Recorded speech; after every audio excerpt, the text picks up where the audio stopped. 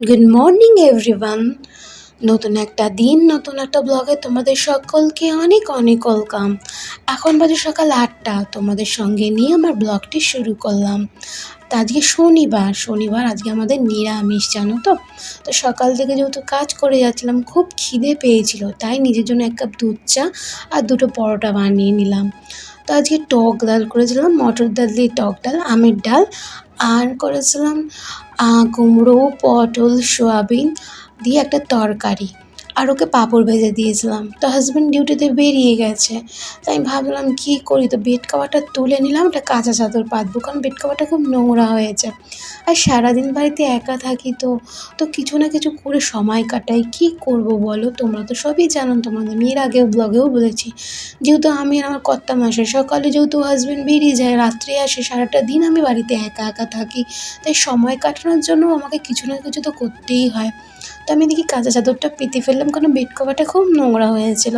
আর 1 সপ্তাহের আগে আমি বেড কভার চেঞ্জ করি না। তো আমার এই বেড কভারটা খুব ভালো লাগে, কেন জানি না, ডিজাইনটা আমার খুব ভালো লাগে। তা আমি যেটা বললাম, আজকে আমাদের শনিবার বলে আজকে আমাদের নিরামিষ। তো সকালবেলায় আমি রান্নাবান্না কমপ্লিট করে ফেলেছিলাম, সেগুলো তোমাদের শেয়ার করা হলো না।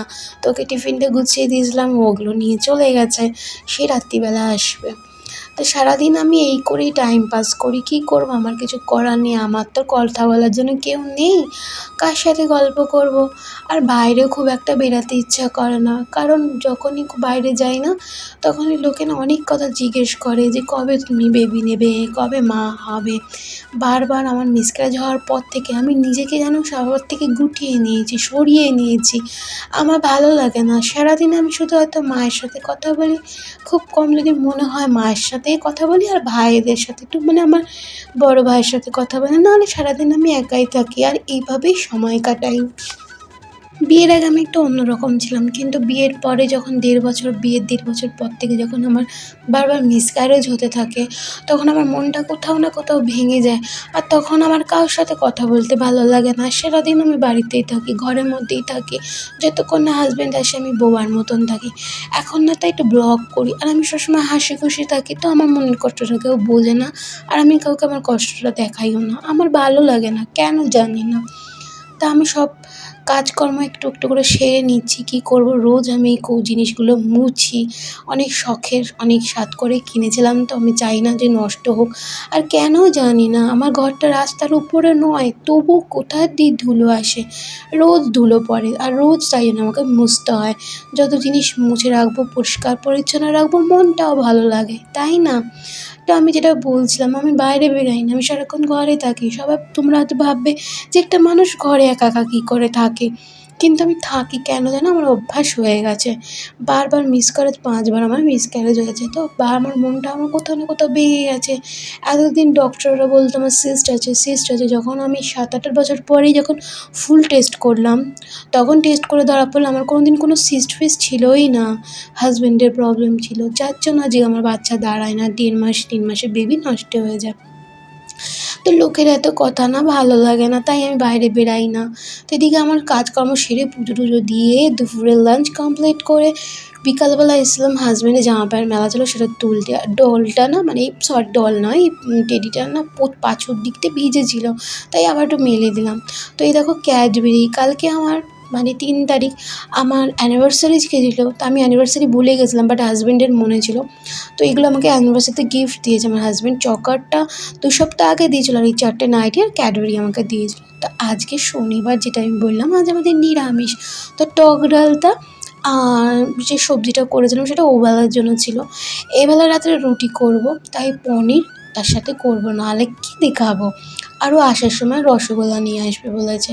প্রত্যেক শনিবার করে হয় আমি পরোটা বা লুচি করি, বাট আজকে রুটি করবো এই কারণ আমাদের দুজনেরই না পেটের গন্ডগোল হয়েছে।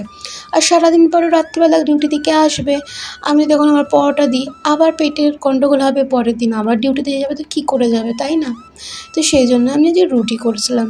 তো পনিরের তরকারিটা একদম সিম্পল পদ্ধতিতে করেছিলাম। পনিরটা একটু হালকা ভেজে নিয়েছিলাম, আর গোটা জিরে আর শুকনো লঙ্কা ফোড়ন দিয়েছিলাম, তার মধ্যে দিয়েছিলাম আলুটা যেই ভাজা হয়ে গেছে, ওর মধ্যে আমি বাদাম, কাঁচা লঙ্কা আর আদা পেস্ট করে দিয়েছিলাম। যেহেতু হাজব্যান্ডের ইউরিক অ্যাসিড, তার জন্য আমি টমেটোটা অ্যাভয়েড করে চলি। অনেক কিছু আমাকে অ্যাভয়েড করে চলতে হয়। তো একদম সিম্পল পদ্ধতিতে আমি পনিরের তরকারিটা করেছিলাম। তো পনিরটা সত্যি খুব সুন্দর খেতে হয়েছিল, এত ভালো খেতে হয়েছিল তোমাদের কী বলবো। তোমরাও এইভাবে বাড়িতে করতে পারো, খুব ভালো লাগে খেতে।